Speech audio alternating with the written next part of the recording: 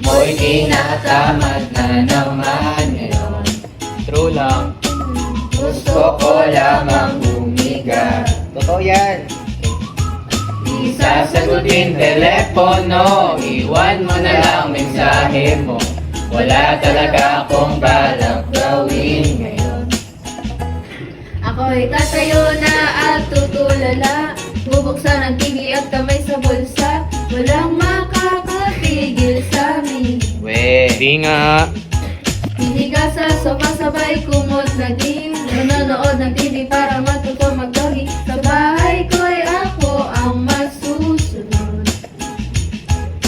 Sinabi ko dahil ako na to. Ngayon wala na akong gusto pang gawin. Dito lang ako sa kama. Dito ramdam ang telepono, kaya mag-email ka na lang. Kasi ngayon wala akong gagawin na talaga.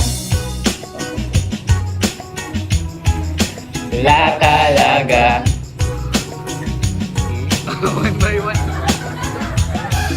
Pagising ko nag-ehersisyo ako. Naghanap ng babae ang makikipag.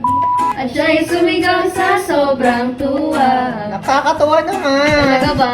Baka magsereso ako at magka-degree para matuwa naman ang tatay ko to me. Pero pasensya tayo, ngunit biro lang. Sinabi ko dahil ako na to. Ako'y tinatamad na naman ngayon. Gusto ko lamang humiga. Totoo yan. Di sasagutin telepono, iwan mo na lang mensahe mo. Wala talaga akong balak gawin ngayon. Hindi ako susuklay, kasi hindi naman ako aalis. No, no, no, no, no, no, no, no, no, oh. Suot ko ang birthday suit. Tatayan ko lang sila. Yeah, yeah, yeah, yeah, yeah, yeah, yeah, yeah, yeah. Ako'y tinatamad na naman. Gusto ko lamang humiga. Di sasagutin telepono, iwan mo na lang mensahe mo. Wala talaga akong balak gawin ngayon. Wala talaga.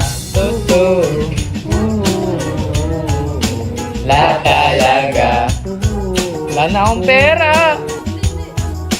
Wala talaga. Alam niyo ba?